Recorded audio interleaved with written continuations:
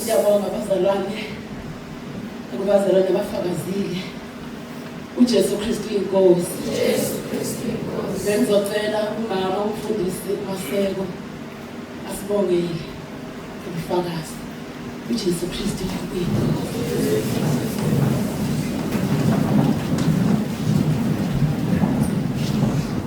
uJesu Kristu inkosi.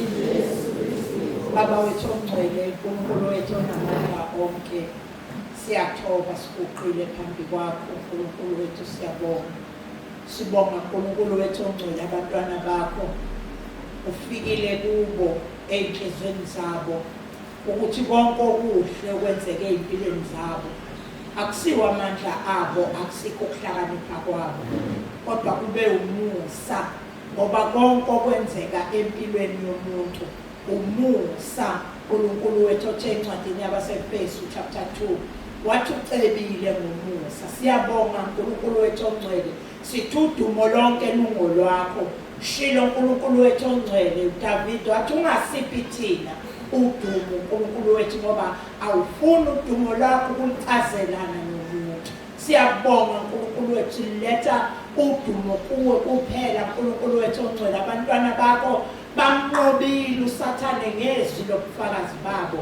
Qhubeka uNkulunkulu wethu ongcwele nakulabo Nkosi yethu engcwele, abantwana bakho abasabile ukuliphakamisa igama lakho uNkulunkulu wethu. Uqhubeke Nkosi yami, ubanikeze isibindi ngoba ushilo ezwini lakho.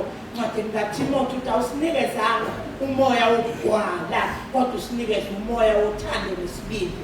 Siyabonga uNkulunkulu wethu, qhubeka nathi ukho konke Nkosi yami siyenzayo egameni elihle lenkosi yethu Jesu Kristu. uJesu Kristu inkosi.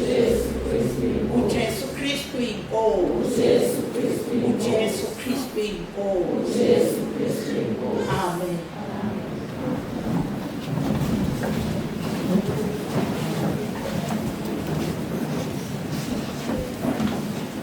Jesu Kristu inkosi. Jesu Kristu inkosi. Siyabonga kakhulu umama ngomkhuleko. Jesu Kristu inkosi. Uhlelo lwami bazalwane luphelile. uJesu Kristu inkosi. uJesu Kristu inkosi. Sizoya ebreakini at 30 minutes. Isho njalo uhlelo lwami olwami uhlelo seluphelile. Ngizocela abazalwane sidukiseni uNkulunkulu Baba bese uBaba uyasibongela uJesu Kristu kuyinkosi. Ngizocela sicule unamba 18 emacelweni ethu.